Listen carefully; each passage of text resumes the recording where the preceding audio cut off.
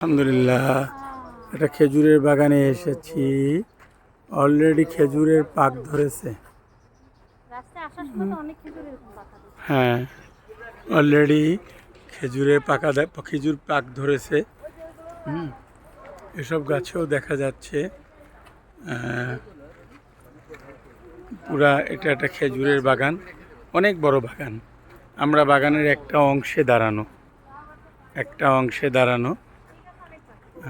এটা হলো উহুদ পাহাড়ের পাশে একদম।